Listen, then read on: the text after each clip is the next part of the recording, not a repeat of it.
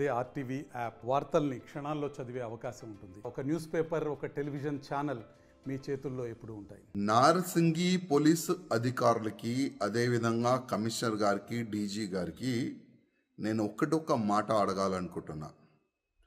Johnny భాషా మాస్టర్ని ఎప్పుడు అరెస్ట్ చేస్తారు?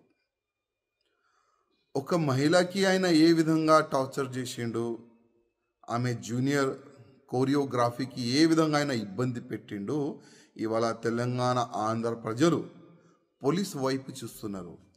ఎప్పుడు ఆ దొంగకి, ఆ లవ్ జిహాదీకి ఎప్పుడు అరెస్ట్ చేసి నిజాలు బయట పెడతారని తెలంగాణ ఆంధ్ర ప్రజలు ఎదురు చూస్తున్నారు.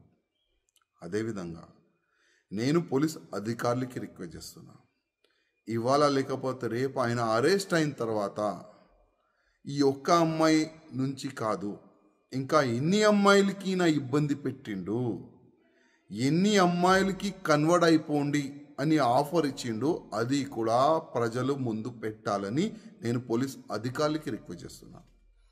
ఇవాళ బాలీవుడ్కి ఇంకొకసారి ఒక నల్ల మచ్చ తీసుకొని రానికి ప్రయత్నం చేసిన ఈ జానీ భాషా మాస్టర్, ఇట్లాంటి చాలా మంది ఉండొచ్చు, ఇంతకుముందు ఉన్నారు కూడా.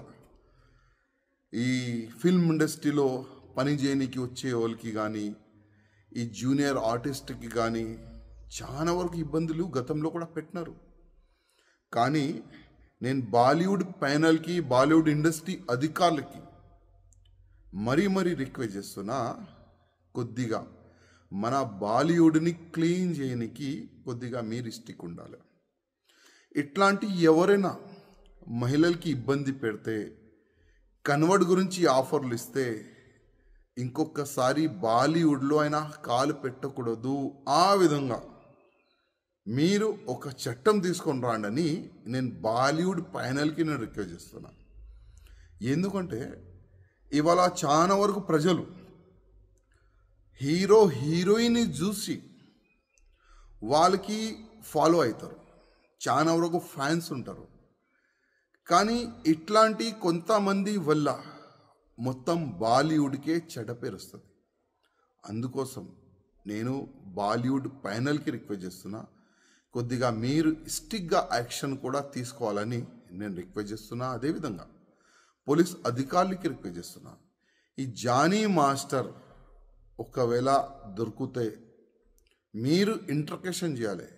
ప్రేమ ఇంటర్కేషన్ కాదండి.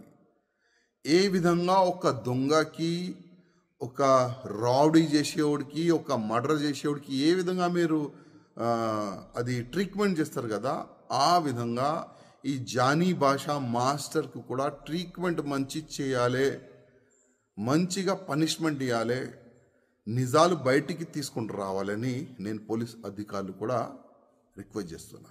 భాగ్యనగర్లో మంగళ్య షాపింగ్ మాల్ వారి ప్రారంభోత్సవాల జాతర సెప్టెంబర్ 22న కీర్తి సురేష్ చే Sudarshan theatre complex RTC cross roads నందు, సెప్టెంబర్ 27న సంయుక్త మీనన్ చే Narsing main road HP petrol bunk పక్కన, సెప్టెంబర్ 29న శ్రీలీలా గారిచే మణికొండ మర్రి చెట్టు నందు మంగళ్య షాపింగ్ మాల్స్ గొప్ప ప్రారంభం. ప్రారంభోత్సవ ఆఫర్స్ మిస్ కాకండి.